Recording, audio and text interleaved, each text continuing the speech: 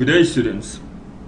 Well, welcome to another lesson here from your study guide, and today we at study unit 5, and we'll be learning about the plurals. And Arabic actually has two types of plurals. You have both the dual, in other words, when things are just two items, and you have what is called the plural, three or more. In English, of course, we use plural for anything two or more. Arabic, it's slightly different. So remember to go through your Medina Arabic lesson. So let's start here with the dual first of all. Now in Arabic, words are singular, dual, or plural. Now of course you've already encountered singular words such as kitabun, a book, or malikun, a king, and so on. But when you of course want to say kings, or you want to say tables or books and so on, we've got to use the plural form. As I said, if you want to say two kings or two tables or two books or two telephones or two anything, you use what is called the dual. And the dual is formed by adding these two. Let me just get our pen out there. By adding these two words, ani or aini, to the singular word. And you say ani or aini, it depends on whether the word is, as we've already seen, if the word is nominative, or if the word is nominative, you use ani, and that is and if it's genitive or accusative, you use aini there. So when the word is in let's use an example here to make things clear. Take the word al-maliku, and if you want to say, the maliku means the king. If you just want to refer to two kings in general, you say al-malikan. There you can see here you've added this ani there. You've got the word al-maliku and you've added the ani, so this becomes al-malikani. And that u sound, you've cancelled the u sound and you add the ani sound and it becomes the two kings. This is when the word is nominative. When it's, for example, the subject of a sentence, and if you want to say the two kings are dead, for example, you say al-malikan, that's the subject, the two kings are dead, mayitan. We'll come to that in a little while. And also you also use it for feminine. So for example, you have malika, malikatun,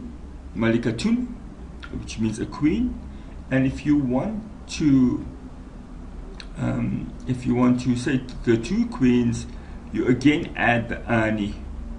But look what happens when you add the ani here. You drop this ta marbuta, okay, and it becomes a normal ta there, and it becomes malika tani. And also, if you have to use the word in a nominative or accusative way, in an accusative or genitive way, let's just get this pen back here. Accusative or genitive, okay, or you can use it as the genitive as well. And you say malikatan or malikatin, and you want to make that, you want to speak about two queens. Remember, malikatan is an accusative. If it's a genitive case, for example, like to the queen, ila malika tin, okay, you'd say malikatin, not malikatan. But either case, an or in, and you want to use you want to say the two queens, you add the aini, so it becomes ila malikatain. Okay, to the two queens. Or you can say to the, when you use the two kings al-malikan, if you want to say to the two kings, or you want to use them as an accusative, you know, I greeted the king, I greeted the two kings, you know, you can say al-malikain. Okay, because the king there is the object of the sentence, and or to the two kings ila malikain. Okay, and you again just add the same aini there to the king. So hopefully that gives you more or less an idea of how to form the dual. And just take note there that the feminine ta marbuta, as we said, you know, becomes a normal ta in the dual. Now let's deal a bit with plurals. And as we said in Arabic, when we talk about plurals, we're talking about three or more. Okay. It refers to more than two objects, three or more. In Arabic, we have got two types of plural. This is important. We have, first of all, what is called the sound plural. Sound here basically means the unusual plural, you know, and it's easy to construct this plural because it works according to certain rules. So the sound masculine plural is formed by adding this word una. And again, this is in the nominative. And when it is in the genitive or accusative, you know, when it is used as an object, or you know, it comes after a preposition, it becomes ina. So those are the things. So for example, and this applies to the masculine plural, the sound masculine plural. I don't mention it there in the yeah, I do mention it, the sound masculine plural. So for example, you have a word muallimun, which means a teacher. Now to talk about three or more teachers, we say muallimuna, we add the una. But remember here, the teachers here are the subject of a sentence. The teachers are good. So we say al-muallimuna tayyibun. Okay, the teachers are good.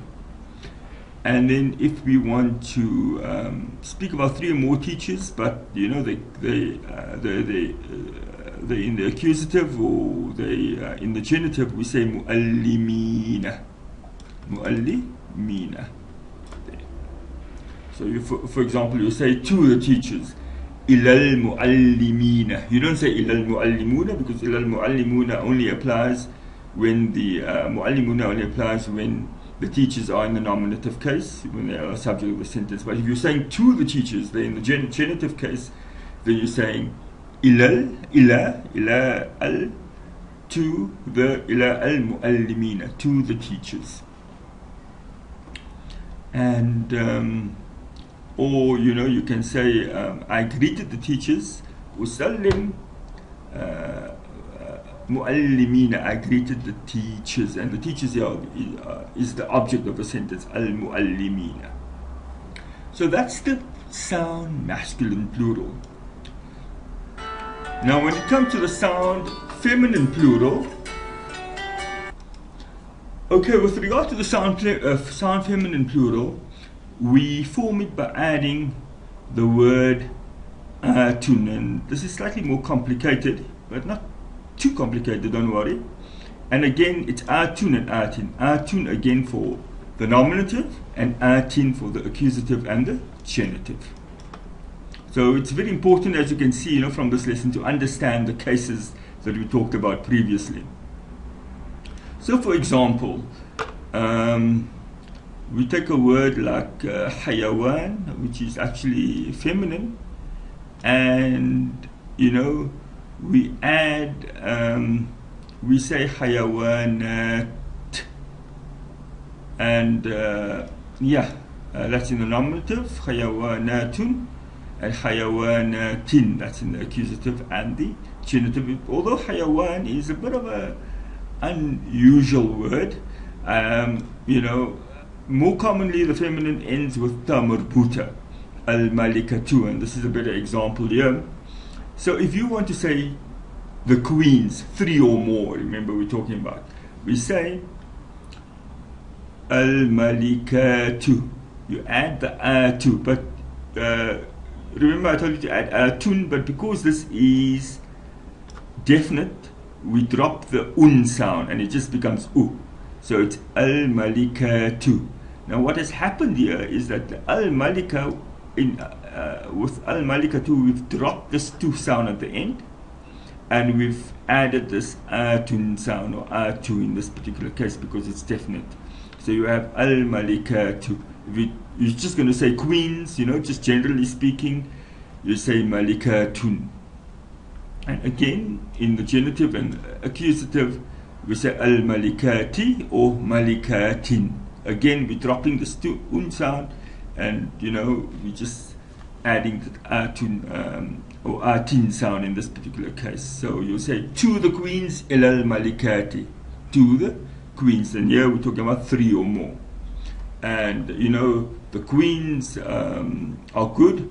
Al-malikatu tayyibat. The queens, that's in the nominative. Al-malikatu tayyibatu. The queens are good. So we have a couple of rules here that you should know, and this is you should just learn this. The sound masculine plural is almost exclusively used for male human beings, and the names of animals, non-human objects, and abstract nouns, that is an idea, a quality or concept like happiness or sadness, take the sound feminine plural. So here you see this distinction. The sound masculine plural is used for male human beings, okay, and then female human beings, but aside from female human beings, of course, which obviously must take the sound feminine plural. That's the as we said, the atun or the atin. Here, when we talk about male human beings, we're talking about taking the un sound or the una or the ina. When we say sound feminine plurals, it's take the atun or the atin, and this applies, not only to female human beings, unlike the male case where that's normally just the male human, but it also applies to animals, to non-human objects, tables, for example, chairs, for example. These are all in the plural. They all become they take the feminine plural. And abstract nouns, for example, qualities such as we said happiness, sa'ada, is happiness or sadness, and all these things, if they need to take the plural, they take it in the feminine form.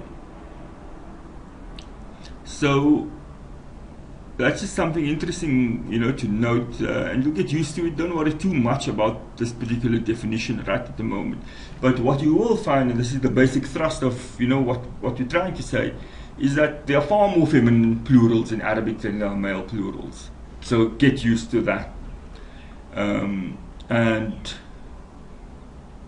we can also add another rule there, that the adjectives agree with their nouns, and we'll talk about this rule shortly.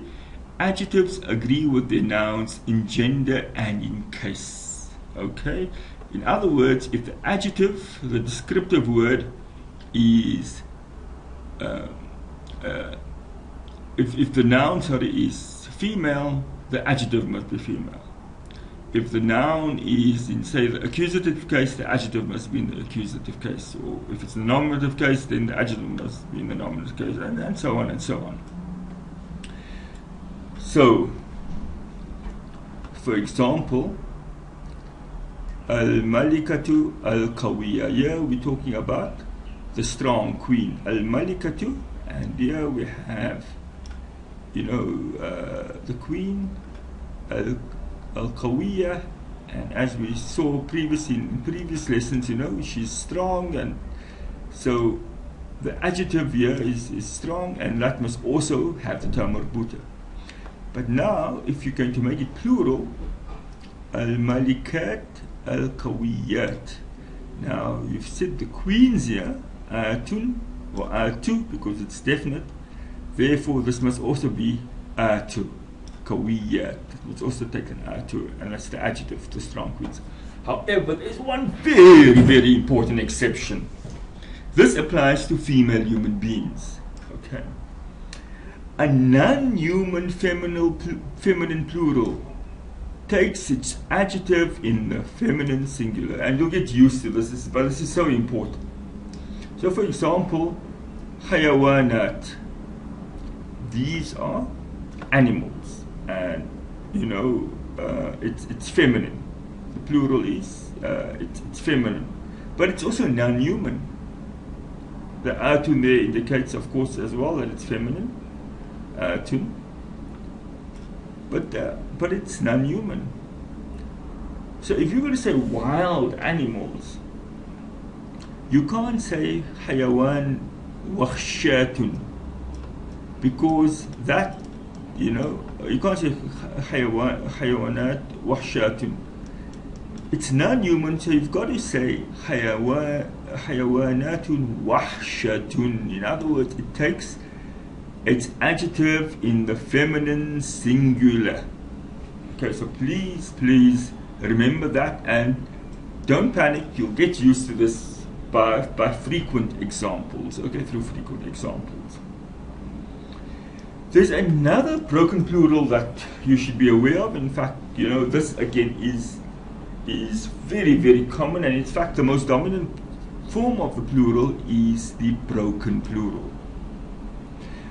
And the broken plural is formed by, this is, broken as opposed to sound, as opposed to the previous ones that we've studied. In other words, it's formed by changing the form of the word itself. And so it takes various forms. And this you only basically learn, and it can basically appear random, because there's no specific rule, unlike the sound masculine plural or the sound feminine plural, which takes an una or ina or an atun or atin. This here takes, various things. So for example, the plural of kitab, is kutubun. The plural of, say, for example, a pen, column, okay, is aqlamun. So these, all are random stuff that jump around, and you get used to them. You get used to them, but simply through learning the language.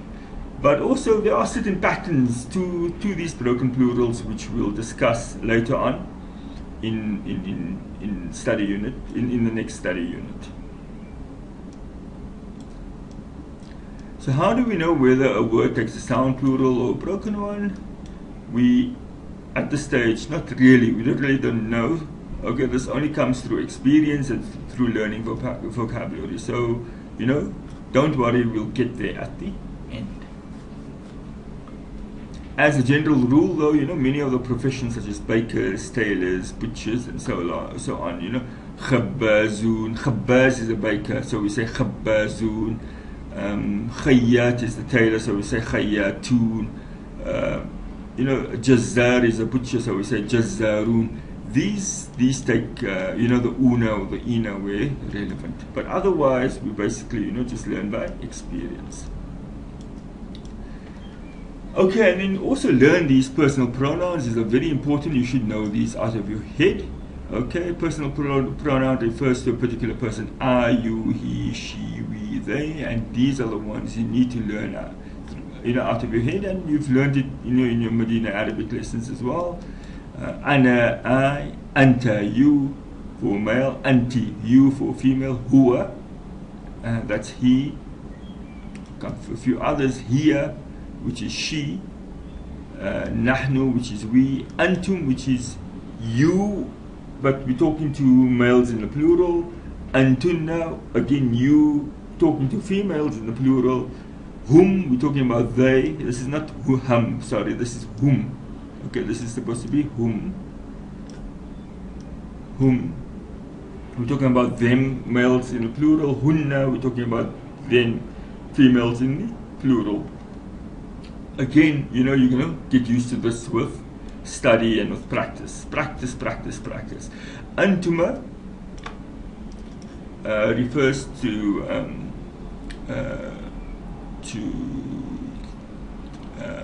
dual to the dual you, and huma refers to the dual they. Okay, and these are some things that you don't often come across this, but it's useful to know at this stage. Okay, and since all Arabic words are either masculine or feminine, there is no it in Arabic. Rather, we use he, she, they as the word for it. That's another thing you should know. And also, when you refer to a mixed group of males and females, then normally you use the masculine form. Yes, so let's leave it there for now. And let's do the verb as well. It's a bit of a longish lesson, so I know a lot to take in, but let's do the verb as well, so we round off the lesson properly. A verb shows the action that occurs in a sentence. So he attended the meeting shows us the action of attending. He attended. It tells us whether this action takes place in the past, in the present, or in the future. So he attended, of course, means that this action took place in the past. He will attend means it will take place in the future. He attends the meeting means it's taking place now. And that's just to make sure you know what the verb is all about. And in Arabic, we apply more or less some of the same principles. So the simplest form of the verb in Arabic is, a form like this. He wrote. Kataba. Okay. We can of course change this. Fa'ala, for example, means he did, but this is often used as the standard form of the verb in Arabic, and then using this as the basis you learn all other verbs. This is called the third person, he, the third person, because it refers to he, masculine there because it refers to he, third person because it's not talking about I or you, it's talking about somebody else, the third person, masculine, he of course, and singular. It's just referring to one person who did the action he wrote. Okay, so that explains it is called singular because it refers to a single person, not to more than one person. And then it is of the past because it refers to an action that has already been completed. Okay, it's the third person masculine singular of the past. It's not something that's being completed or still needs to be completed.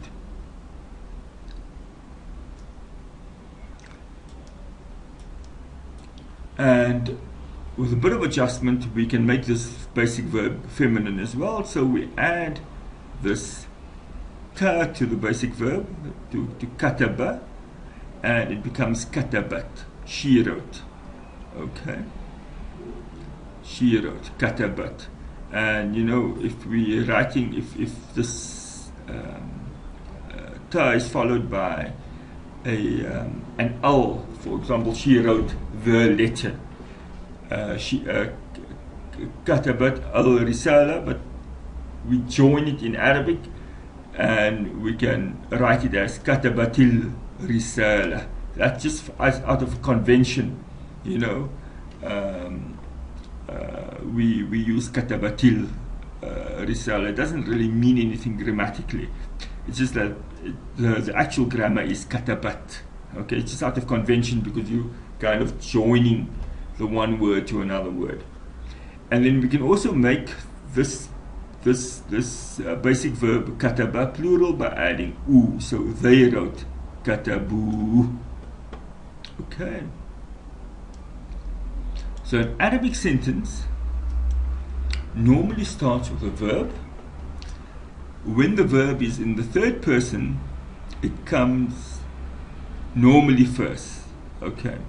When the verb, so an Arabic sentence normally begins with a verb. That is the general thrust, but it's not inevitably so. There are sentences which actually sometimes you'll find, start with a noun. But as a general rule, and useful to know at this particular stage, Arabic sentences start with verbs. Of course, this is unlike English. The other thing that's very interesting is that when it starts with a verb, okay, it stays singular, although it agrees with its subject in gender. It stays singular. For example, okay, you say the teachers wrote. Now, the teachers are going to write something. That's al-muallimun, they are writing, so that's why it's una, they are the subject. But they wrote.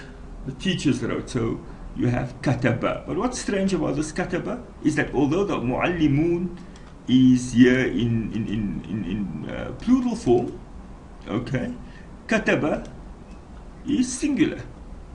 So you ask, why is kataba singular? And it's simply because it stays singular, and that's just a convention of the language. It stays singular when it is at the beginning of a sentence, and it normally is at the beginning of a sentence, even though a plural follows it.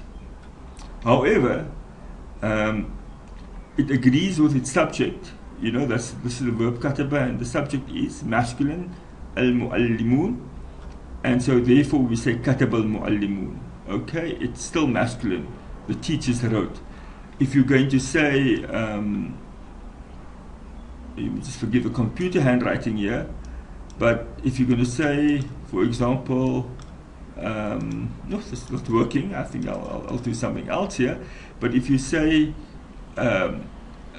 if you want to say katabal, if you want to say the female teachers wrote, you'll say katabat al-muallimatun. Okay, so let's get that. I'll use a bit of a shortcut here. Katabat al-muallimatun. Let me just write that out and see if I can write it neater for you. Let's do this. I'm just getting the Arabic keyboard here, and we'll do this on the Arabic keyboard now.